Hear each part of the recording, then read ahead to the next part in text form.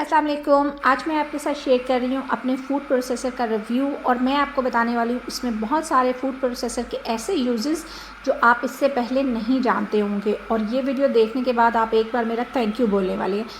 तो जो ये वीडियो है मैं आपको बता दूं कि ये बिल्कुल भी स्पॉन्सर्ड नहीं है, ये मेरा अपना पर्सनल एक्सपीरियंस है। तो जी वीडियो करते हैं स्टार्ट। तो जो मेरा फूड प्रोसेसर है ये ब्लैक एंड डेकर कंपनी का है और मैं पिछले 5 साल से इसको यूज़ कर रही हूँ और मैं काफ़ी इससे सेटिस्फाइड हूँ। और जी अब मैं आपको बताती हूँ कि इसके साथ ये सारी जो हैं वो मिली हैं अटैचमेंट्स। और जी जो ये है इसकी मोटर है, इसके नीचे इन्होंने लगाए हुए हैं सक्शन कप, जिसकी वजह से जब आप इसको एक जगह पे रख देते हैं तो ये बिल्कुल भी नहीं हिलता। और ये 600 वॉट का है और आप ये देखें जब मैंने इसको रख दिया है नीचे तो ये बिल्कुल भी अपनी जगह से नहीं हिल रहा। तो अब मैं आपको बताती हूँ कि आपने जो इसकी अटैचमेंट्स हैं वो उनको यूज़ कैसे करना है। तो जी ये है इसका सबसे बड़ा कंटेनर जिसमें आपने सबसे पहले आप फिक्स करना है ये टूल और उसके बाद जी आपने इसे फिक्स कर देना है इसकी मोटर के ऊपर और उसके बाद आपने इस पे लगा देना है ये लिड। और ये जो है तब तक वर्क नहीं करेगा जब तक कि लिड प्रॉपर तरीके से बंद नहीं होगी। तो ये इस तरीके से बहुत ही आसानी से बंद हो जाती है। जो इसका ऑपरेशनल सिस्टम है इस चॉपर का वो बहुत ही आसान है। तो जी इसके साथ आती है एक इस तरह की डिस्क और यहाँ पे अगर आप देखें जो ये ब्लेड है ये इन्होंने दिया हुआ है स्लाइसिंग के लिए और जो ये दूसरी तरफ जो ये वाले ब्लेड्स हैं ये इन्होंने दिए हुए हैं ग्रेटिंग के लिए। तो आप एक ही डिस्क को यूज़ करके ग्रेटिंग भी कर सकते हैं और स्लाइसिंग भी कर सकते हैं। अगर आपने स्लाइसिंग करनी है तो आपने इस साइड को ऊपर रखना है और जस्ट आपने इसका लिड खोलना है और आपने इसको जो है अपने चॉपर के अंदर रख देना है इस तरीके से। जब आप इसको रखें तो आपने मेक श्योर करना है कि ये वाला जो ब्लेड है ये चॉपर के अंदर नहीं लगा होना चाहिए और अगर लगा हुआ है तो आपने इसको निकाल देना है। तो अब आपने करना क्या है कि जिस भी चीज़ की आपने स्लाइसिंग करनी है, चाहे वो प्याज हो, चाहे वो खीरा हो, चाहे गाजर हो, कुछ भी आपने लेना है जस्ट आपने रखना है। और ये जो इसके साथ इन्होंने दिया हुआ है इसका एक कप, उससे आपने थोड़ा सा इसे अंदर की तरफ पुश करना है और जस्ट विद इन सेकेंड्स आपने जिस भी चीज़ के स्लाइस बनाने हैं तो बहुत ही ईजीली जो है स्लाइस बन जाएंगे। ये देखें सारा जो खीरा है वो उसके स्लाइस बन गए हैं और ये देखें कितने इवन, कितने खूबसूरत और एक ही साइज़ के और ज़बरदस्त से स्लाइसेस जो है ना वो जस्ट फ्यू सेकंड्स में बन के रेडी हो गए। तो जी अब मैं आपको करके दिखाती हूँ ग्रेटिंग। तो जी ग्रेटिंग करने के लिए आपने ये वाला पार्ट ऊपर रखना है और आप देखेंगे दोनों तरफ से आप यूज़ कर सकते हैं। तो बस इस सेम जो है इस जिस तरीके से आपने पहले रखा था उसी तरीके से आपने इसको दोबारा रख देना है। और अब मैंने इसमें डाल दी एक गाजर और गाजर डाल के भी आपने इसको इसके कप के साथ थोड़ा सा आपने इसको पुश करना है और ये देखें गाजर जो है वो बहुत अच्छे तरीके से ग्रेट हो गई है। अब आप देखिए आपने 5 किलो गाजरें ग्रेट करनी है, 10 किलो गाजरें ग्रेट करनी है। अब जैसे सर्दियाँ आ गई हैं तो लोग गाजर का हलवा इसलिए नहीं बनाते कि उन्हें गाजरें ग्रेट करना मुश्किल लगता है। तो अगर आपके पास इस तरह का चॉपर है तो आप जो है जस्ट 5-6 मिनट में 10-20 किलो गाजरें आराम से ग्रेट कर सकते हैं। तो यहाँ पे मैं आपको ग्रेट करके दिखा रही हूँ दम गोभी। और अगर आप सैलड वगैरह बनाने के बहुत शौकीन हैं तो आप इस तरीके से मिनटों में जो है ना सैलड बना सकते हैं। कोई भी वेजिटेबल है आप इसको आप स्लाइसिंग के लिए यूज़ कर सकते हैं, आप इसको चॉपिंग के लिए यूज़ कर सकते हैं। और साथ इन्होंने ये दिया हुआ है इसके एक स्पैचुला, इसकी मदद से जो है आप चीज़ों को जो है इस चॉपर से बाहर निकाल सकते हैं। इस तरीके से आप जस्ट मिनटों में बहुत सारा जो सैलड है इजीली बना के रेडी कर सकते हैं। तो जी अब आपको अगर इस जो है टूल की समझ आ गई है जो कि हमने यूज़ किया है जस्ट ग्रेटिंग के लिए और जो है स्लाइसिंग के लिए, तो इस टूल को हम रख देते हैं साइड पे। और अब मैं आपको दिखाती हूँ इसके नेक्स्ट टूल।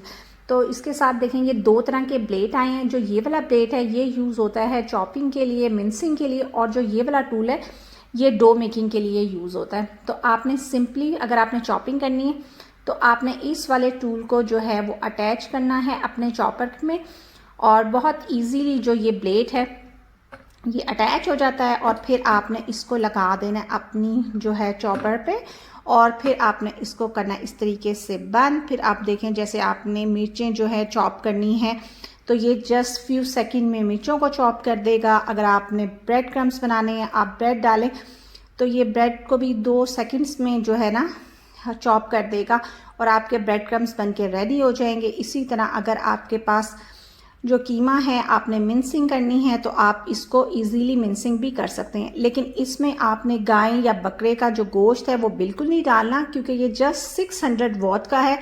अगर आप ये डालेंगे तो आपका जो चॉपर है वो ख़राब हो जाएगा।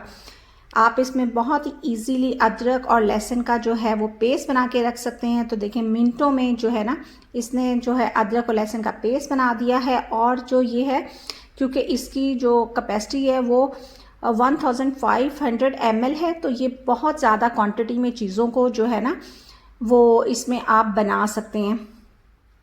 तो जी इस जो है ब्लेड का काम ख़त्म हो गया है। तो इसको देखें किस तरीके से आपने इससे जो है निकालना है। जस्ट आपने प्रेस करना है सेंटर से, तो ये बहुत ही इजीली ये ब्लेड बाहर आ जाएगा। तो अब मैं आपको ये डो मेकिंग वाला ब्लेड लगा के दिखाती हूँ इसमें। तो ये देखें, ये डो मेकिंग वाला ब्लेड है ये बिल्कुल भी शार्प नहीं है। तो बस आपने जो इसमें डालना है आटा या जिस भी चीज़ की आप डो बनाना चाहते हैं, इसमें आप हर तरह की डो बना सकते हैं, लेकिन मैं आपको सिंपल जिससे हम घर में रोटी चपाती या फिर पराठा बनाते हैं वो डो बनाना सिखा रही हूँ। तो मैंने यहाँ पे 2 कप आटा डाला है, साथ मैंने 1 टीस्पून इसमें सॉल्ट डाल दिया है। इसको जस्ट मैंने हल्का सा चलाया है। अब मैं इसमें जो ये कप दिया हुआ है, आप देखें ये मेजरिंग कप है, इस पर इन्होंने लिखा हुआ है 50 या 100 ml। और फिर इसी में पानी डाल के तो आपने थोड़ा थोड़ा जो पानी जो है आपने इसमें डालते जाना और इसको चलाते जाना। आपको खुद ही पता चल जाएगा कि आपको कहाँ पे पानी डालना जो है ना रोकना है। तो मैंने यहाँ पे 2 कप के जो है आटे के लिए मैंने 1 कप पूरा पानी डाल दिया।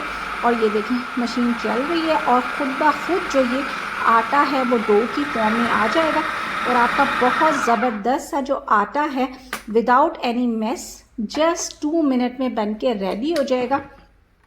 और लोग जो हैं, लोगों के पास ये चॉपर होता है, लेकिन लोग इसके बावजूद जो है ना वो आटा गूंदने के लिए जो है ना अलग से मशीन जो है ना बाय करते हैं।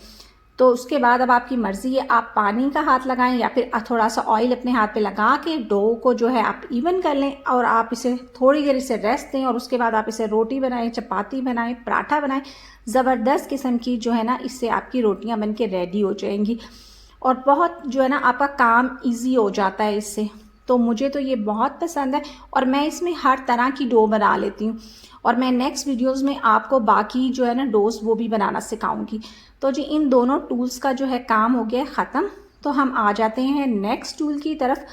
तो नेक्स्ट जो है वो ये है सिट्रस जूस बनाने के लिए ये इन्होंने एक इसमें दी हुई है स्ट्रेनर।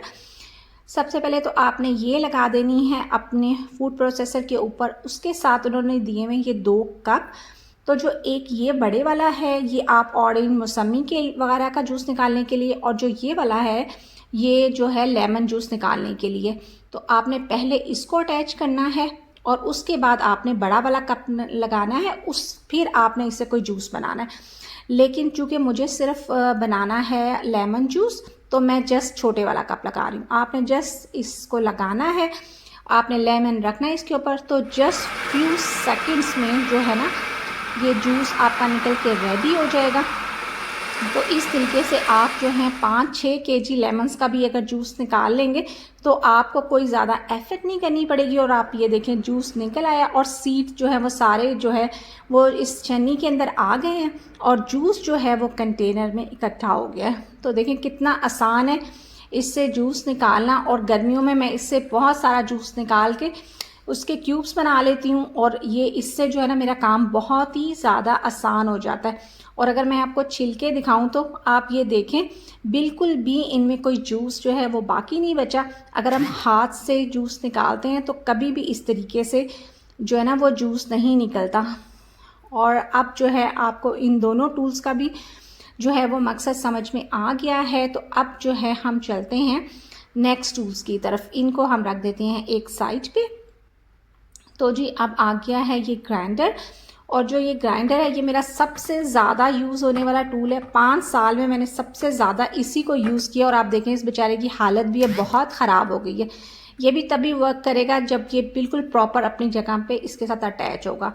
तो आप इसमें किसी भी किस्म का जो है वो मसाला डाल के आप इसमें ग्राइंड कर सकते हैं। इवन आप इसमें जो है ड्राई फ्रूट अगर आपने ग्राइंड करना हो आप वो भी इजीली ग्राइंड कर सकते हैं। और मैं तो हर तरह का जो मसाला होता है, दही बड़े मसाला, चाट मसाला या फिर गरम मसाला पाउडर, सब घर पे ही बनाती हूँ। और आपने मेरी वीडियोस में देखा होगा। तो ये कितना अच्छा और फाइन जो है ना, इससे पाउडर बन के रेडी हो जाता है। और ये भी जस्ट मिनटों सेकंडों में जो है ना, आपके सारे जो खड़े मसाले हैं उनको पीस के तो ये पाउडर जो है ना वो बना देता है। तो ये इस लिहाज से भी बहुत अच्छा। और मेरा तो ये बहुत ही ज़्यादा जो है ना यूज़ होता है ग्राइंडर। और इस बेचारे की अब हालत भी काफ़ी ख़राब हो गई है। तो जी ग्राइंडर का भी आपको फंक्शन समझ में आ गया है। तो अब हम चलते हैं नेक्स्ट टूल की तरफ।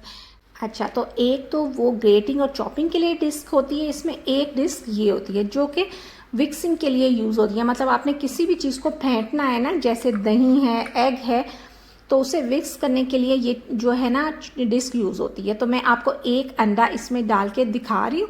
पहले मैंने लगाई है डिस्क और उस पर मैंने डाल दिया है अंडा और फिर आपने इसको चला देना। और ये देखिए, आपके देखते ही देखते जो अंडा है वो अपने साइज़ से ट्रिपल हो गया। तो ये इस तरीके से आप जो है अंडों को इसके अंदर बहुत अच्छे तरीके से बीट कर सकते हैं। और जब आप इस तरीके से अंडे को बीट करके आप इसके साथ केक बनाते हैं या कोई भी और चीज़ बनाते हैं, मतलब जैसे पैन केक वगैरह, तो उसका रिज़ल्ट बहुत ही अच्छा आता है। और जब मैंने एक एग तो जो है वो बीट कर ही लिया है, तो मैं अब आपको इस साथ केक आपको बना के दिखाती हूँ, तो आपको अंदाज़ा होगा कि इससे केक कितना अच्छा बनता है। तो इसमें मैंने जस्ट हाफ़ जो है वो कप ऑयल डाला है, हाफ़ कप ही मैंने इसमें दूध का डाल दिया था और साथ में मैंने इसमें 1 कप चीनी डाली है और फ्यू ड्रॉप्स मैंने वनीला एसेंस के डाल दिए हैं। साथ में मैं डाल रही हूँ 1 कप जो है ऑल पर्पस फ्लावर। और इन सब चीज़ों को मैंने जस्ट जेंटली जो है ना कट एंड फोल्ड मेथड से जो है जस्ट फोल्ड कर लिया है। साथ में मैं हाफ़ कप इसमें डाल रही हूँ कोको पाउडर।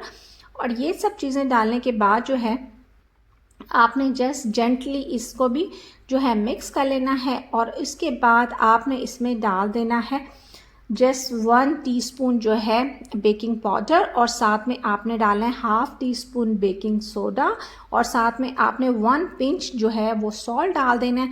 और इन सब चीज़ों को भी आपने जो है बैटर में फ़ोल्ड कर लेना है। चलें जी, आपके जो केक का जो है ना बैटर तैयार हो गया और आज जस्ट 5 मिनट में ये केक बन जाएगा। जस्ट दिखाना आपको ये है कि जब आप इस तरीके से अंडे को फेंट के आप डालते हैं तो आप उसका रिज़ल्ट देखें कितना अच्छा आता है और आपका केक कितना फ्लफ़ी बन के रेडी होता है। और आपने मुझे ये बताना है कि क्या आपको इस फंक्शन का पहले पता था। तो बस जो है केक को जो है मैंने पहले से प्रिपेयर जो है ओवन सेफ जो है डिश उसमें रख दिया है नॉर्मल हीटिंग मोड पर, जिस पे आप अपना खाना गर्म करते हैं ना, बस आपने उसी तरीके से जैसे आप समझें आप अपना खाना गर्म कर रहे हैं। मैंने जो है ट्रे को रख दिया इसमें और 5 मिनट का मैंने अलार्म जो है वो सेट कर दिया। और ये देखें जस्ट 5 मिनट के बाद ये जो केक है वो बन के रेडी हो गया है। और मैं आपको दिखाती हूँ कि ये कितना जो है ज़बरदस्त केक जो है बेक हुआ है जस्ट 5 मिनट में। और इसमें सारा कमाल किस चीज़ का है कि हमने एग को इतने अच्छे तरीके से बीट किया जिसकी वजह से केक भी इतना फूला फूला और ज़बरदस्त जो है वो बन के रेडी हो गया जस्ट 5 मिनट के अंदर। और ये देखें मैंने स्क्वायर डाल के देखा है जो कि बिल्कुल क्लीन आया है, इसका मतलब है एकदम परफेक्ट केक है। और जी फिर आ जाता है इसका ये जूसर जग और इसको मैंने अभी तक यूज़ नहीं किया। और ये जो है 1.5 जो है लीटर का ये जग है और ये भी सेम उसी तरीके से अटैच होगा जिस तरीके से इस पर मैंने आपको ग्राइंडर अटैच करके दिखाया था।